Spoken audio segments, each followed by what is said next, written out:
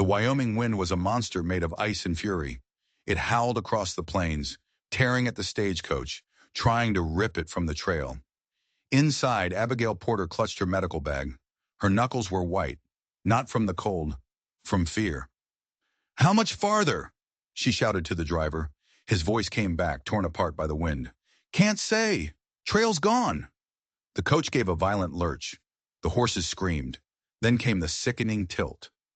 The world turned sideways and Abigail was thrown against the door as the coach plunged into a snow-filled gully. Darkness clawed at the edges of her vision. Snow poured through the broken window, hungry and alive. She could hear the driver's voice, fainter and fainter. Then nothing. Only the wind. She fought her way out, cutting through the canvas with her surgical scissors. The driver was half buried in the snow, his leg bent at an angle that made her stomach turn. She tried to save him. She was a nurse after all, but his pulse faded beneath her frozen fingertips. She was alone. The horses were gone. The wilderness was a sea of white in every direction. She was a city woman from Boston, lost in a Wyoming blizzard. She shouldn't have survived the night. But she did.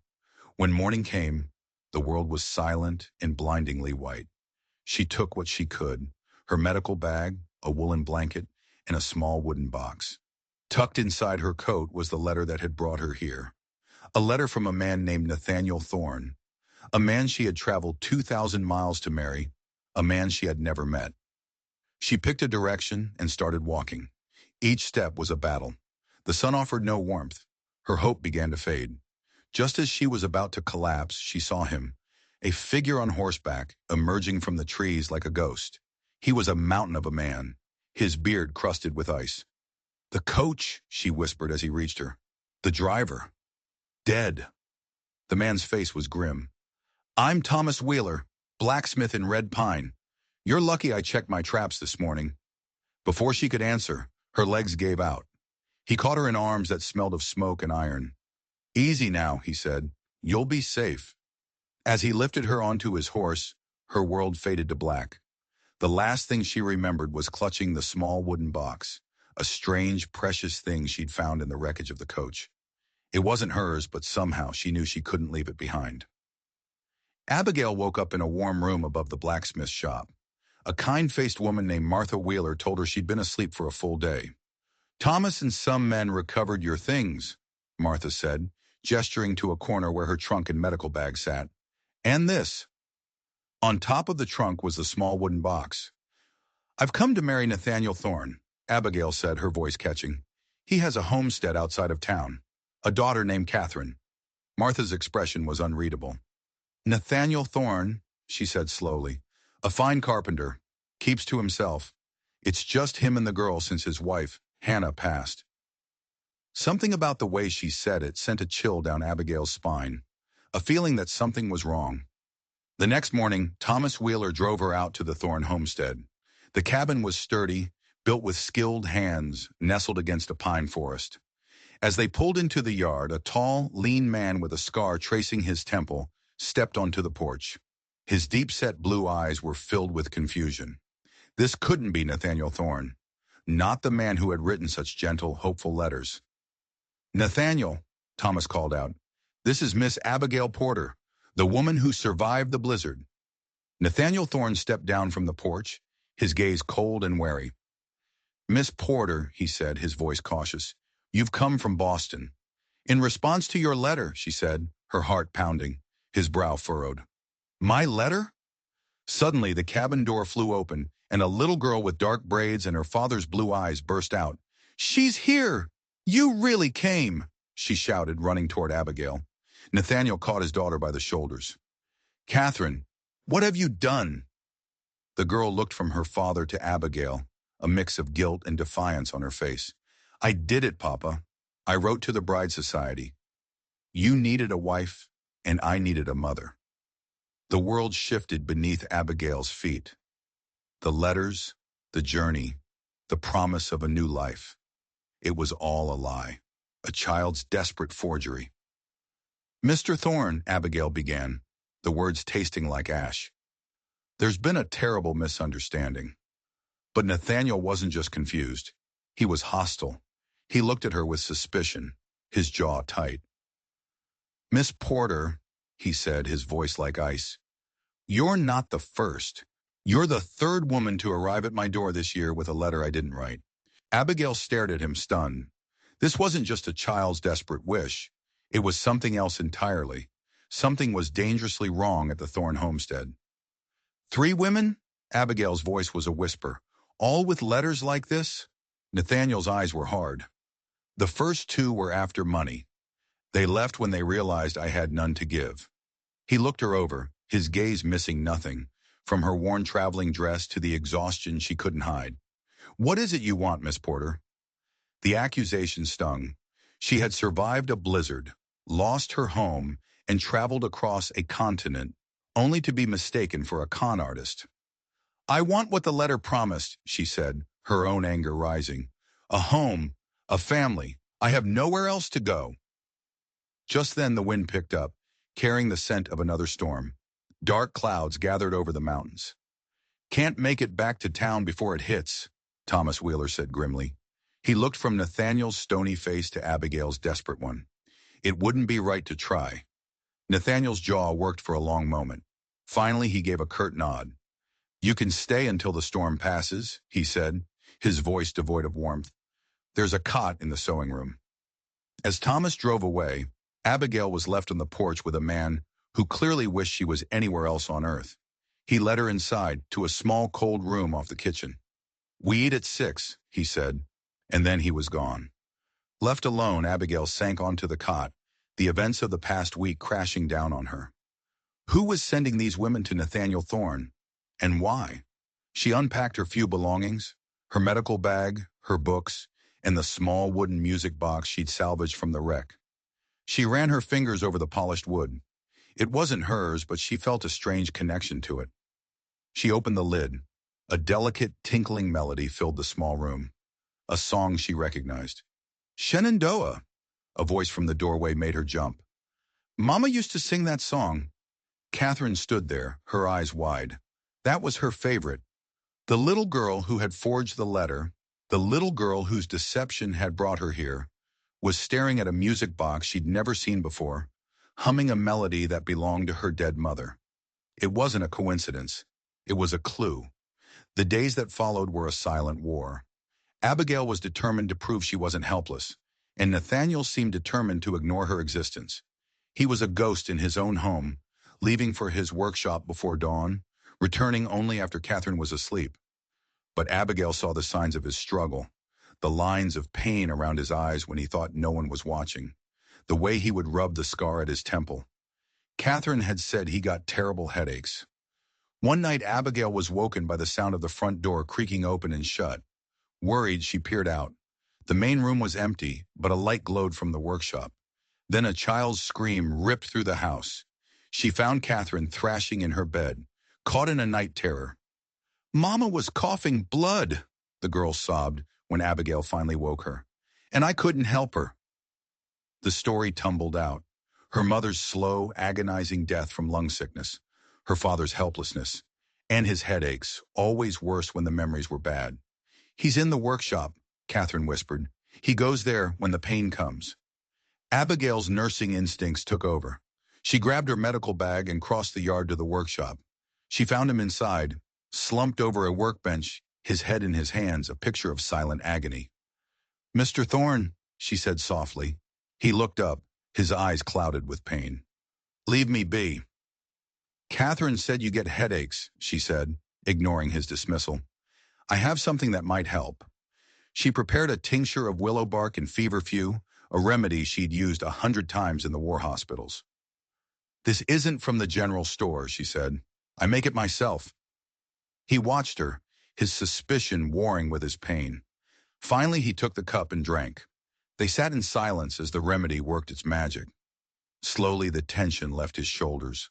The lines of pain on his face eased. "How did you?" he started. "I was a nurse for a long time," she said. "I know pain when I see it." "Thank you," he said, the words grudging but sincere. For the first time, he looked at her not as a problem, but as a person. The next day, a fragile truce formed between them. He spoke to her at breakfast. He showed her how to properly mend a fence. In return, she organized his late wife's chaotic medicine cabinet, her trained eye finding remedies that were still useful and discarding those that had spoiled. She found a folder of medical records, detailed notes from a doctor in Cheyenne about Hannah's illness, tuberculosis, and in the margins, Nathaniel's own handwriting, a desperate, meticulous record of his wife's decline. The final entry was a single, heartbreaking line. Hannah Thorne departed this life at 4:17 a.m. He hadn't just watched his wife die. He had documented it, fought it, until the very last second. No wonder he was a man wrapped in shadows. That night, Abigail couldn't sleep. She found herself at his desk, drawn by an unseen force. She opened the music box again, letting its melody fill the quiet house. And that's when she saw it. A tiny seam in the velvet lining. Her fingers, nimble from years of stitching wounds, worked at the fabric. It came loose, revealing a hidden compartment. Inside was a folded, yellowed piece of paper. It was a letter. The handwriting was not Nathaniel's. It was dated June 12, 1865, the final days of the war. Dear Miss Porter, it began. Abigail's blood ran cold. The letter was addressed to her. I write to inform you of my brother's sacrifice. Nathaniel did not desert, as the records state. He took my place. We traded identities. He became James Thorne. I, Nathaniel Reed, stayed behind. If you survive this war, find him. Tell him I did not waste the life he gave me. I leave you this music box, a memory of our childhood. If you find him, perhaps the melody will help him remember. It was signed James Thorne, but Abigail knew that name. James Thorne was a soldier she had nursed in a field hospital near Appomattox, a young man who had died of his wounds, but not before entrusting her with this music box and a story about his brother, a story she had buried, a box she had claimed as her sister's, a promise she had forgotten. Nathaniel Thorne was not Nathaniel Thorne. He was Nathaniel Reed, a man living under his dead brother's name. And by some impossible twist of fate, a child's forged letter had led her right to his door. The man in the next room was not a stranger. He was the end of a 3-year-old quest she hadn't even known she was on. The sound of hoofbeats shattered the morning quiet. A sleigh pulled into the yard, but it wasn't Thomas Wheeler's. A well-dressed man stepped out, his face a mask of cold fury. Catherine, who had been playing on the porch, ran inside. "Uncle Victor!" she cried, but her voice was filled with fear, not joy. Nathaniel appeared in the doorway, his body instantly rigid. "Victor, what are you doing here?" "I've come for my niece," the man said, his eyes sweeping over the homestead with disdain. "I've come to take Catherine back to Boston, where she belongs." "This is her home," Nathaniel said, his voice a low growl. "A crude cabin in the wilderness, with a man of questionable character?" Victor Hayward, Catherine's uncle, strode onto the porch. Hannah would be turning in her grave. He turned his cold gaze to Abigail. "And you must be the latest fortune hunter. I warned Nathaniel this would happen." Before Abigail could speak, Victor produced a set of legal documents. "I have papers granting me guardianship of Catherine. My sister's only child will not be raised by a deserter." The word hit the air like a physical blow. "I have been making inquiries, Thorne. Or should I say, Reed?" Victor's voice was laced with triumph. "According to military records, a man named Nathaniel Reed deserted from the 20th Massachusetts Infantry in 1863. A man who disappeared, only for a Nathaniel Thorne to appear out here." Catherine began to cry, clinging to Abigail's skirt. "This is insane," Abigail said, but her heart hammered against her ribs. She was holding the one thing that could prove him wrong, or right. "Is it?" Victor sneered. "A judge in Boston found it quite compelling. He agreed that a deserter is not a fit guardian for my niece." Nathaniel's face was a mask of stone.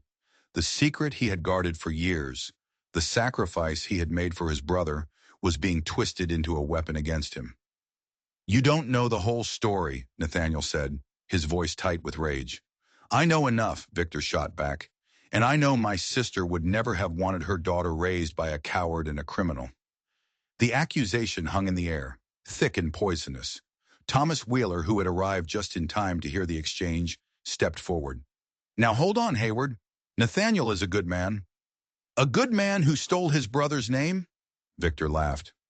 Tell me, Thorne, what happened to the real James Thorne? Did you kill him to cover your tracks? That was it. Abigail could stay silent no longer. She held up the music box. James Thorne died in my arms, she said, her voice ringing with authority, in a field hospital near Appomattox, and he was a hero. All eyes turned to her. Nathaniel's were wide with disbelief. I was his nurse, she explained, her gaze locked on Nathaniel. In his final hours, he entrusted me with this music box. He made me promise to find his brother, Nathaniel Reed, and tell him the truth. Her fingers found the hidden catch. She pulled out the yellowed letter. He took your place, she said to Nathaniel, her voice softening. He knew his heart was weak. He let you serve as James Thorne so you could fight for the cause you both believed in, while he stayed behind. She handed the letter to Nathaniel. His hands shook as he read his brother's final words. Victor Hayward's face had gone pale. This is preposterous, a trick. It's the truth, Abigail said firmly. I've carried this letter for 3 years, never knowing who it was for. Fate, and a very determined little girl, brought me here to deliver it. Nathaniel looked up from the letter, his eyes shining with unshed tears. You knew him, he whispered. You were with him at the end. He wasn't alone, she assured him, and he was so proud of you. Victor, seeing his power crumble, made one last desperate move. This changes nothing. The man is still a fraud, living under a false name. He's a war hero, Thomas Wheeler's voice boomed, who sacrificed everything for his brother. Any judge worth his salt will see that. Defeated, Victor Hayward sank into a chair. The legal documents on the table were now worthless. Please don't make me go, Uncle Victor, Catherine pleaded, her voice small. I want to stay with Papa. And with. She looked at Abigail, her eyes full of hope. Victor looked at his niece, at the family that had formed against all odds in this remote cabin. Hannah was always stubborn, he said, his voice barely a whisper. It seems her daughter is, too. He gathered his papers. I will reconsider my position. As the Wheelers escorted a defeated Victor back to town, Abigail, Nathaniel, and Catherine were left alone. You found me, Nathaniel said, his voice full of wonder. After all this time. I was searching for you without even knowing it, she replied. He stepped closer, his eyes asking a question his lips had not yet formed. Catherine believes you belong here. And what do you believe, Nathaniel Reed? I believe fate rarely gives second chances, he said, his voice husky, and only a fool would turn away when it does. He took her hands in his. Abigail Porter, you brought my brother's last words to me. You saved my daughter from her nightmares. You brought light back into this house. Will you stay and make it our home? Before she could answer, Catherine, who had been listening with rapt attention, let out a joyful whoop. Ask her properly, Papa. Nathaniel laughed, a sound so free and full of life that it startled them both. He dropped to one knee. Abigail Porter, will you marry me? Will you join our family, not as a bride ordered by mail, but as the woman I've come to admire, to respect, to love? Yes, she whispered, tears streaming down her face. Yes, I will. And as he slipped a simple silver band, his mother's ring, onto her finger, the little cabin in the Wyoming wilderness, a place that had started with a lie, was finally filled with a truth more powerful than any legal document or long-held secret. It was filled with love. The wedding was as sudden and unconventional as their courtship. Just 3 days later, Reverend Morrison stood before the stone fireplace, its mantel decorated with pine boughs Catherine had gathered. Thomas and Martha Wheeler were the only witnesses. Abigail wore her best green dress, Nathaniel wore his Sunday suit, and Catherine, acting as both flower girl and maid of honor, clutched a bouquet of pine branches tied with a blue ribbon. When Nathaniel slipped his mother's ring on her finger, Abigail knew she was finally home. But their new life was not without challenges. Victor Hayward, though legally defeated, left a wake of gossip in town.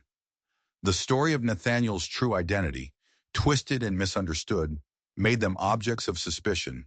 Some whispered that he was still a deserter. Others that Abigail was an opportunist who had trapped a grieving widower. Then a letter arrived. It was from Boston. Abigail's hands trembled as she saw the official seal of Massachusetts General Hospital. The letter was from her old supervisor, Dr. Ellsworth. He wrote that the hospital was opening a new wing for women and children, the very project Abigail had championed before being dismissed. They were offering her the position of head nurse, a prestigious job, a substantial salary, and a return to the life she had fought so hard to build.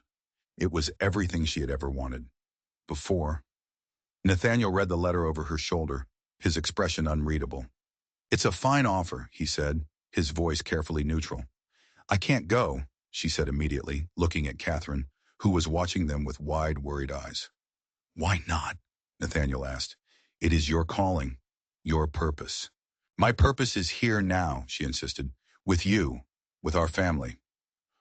"I will not stand in your way, Abigail," he said, his voice full of a quiet dignity that broke her heart. "I love you too much to ask you to sacrifice your dreams for us." The choice tore at her. The life she had built versus the life she had found.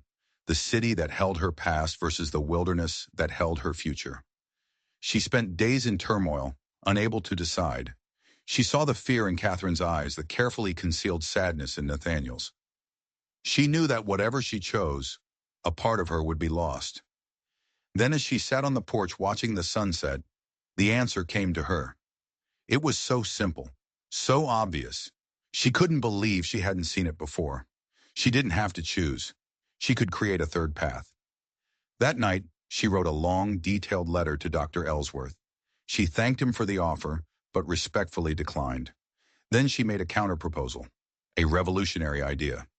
What if Boston General, with its vast resources, sponsored a new venture? Not in the city, but on the frontier, where it was needed most. A school, a place to train frontier women, midwives, healers, mothers, in modern nursing techniques. She, Abigail, would run it. And Nathaniel, with his unmatched carpentry skills, would build it. It was a wild, audacious plan. But it was a plan that combined both her passions, healing, and her new family. It was a bridge between her two worlds. Weeks later, a telegram arrived.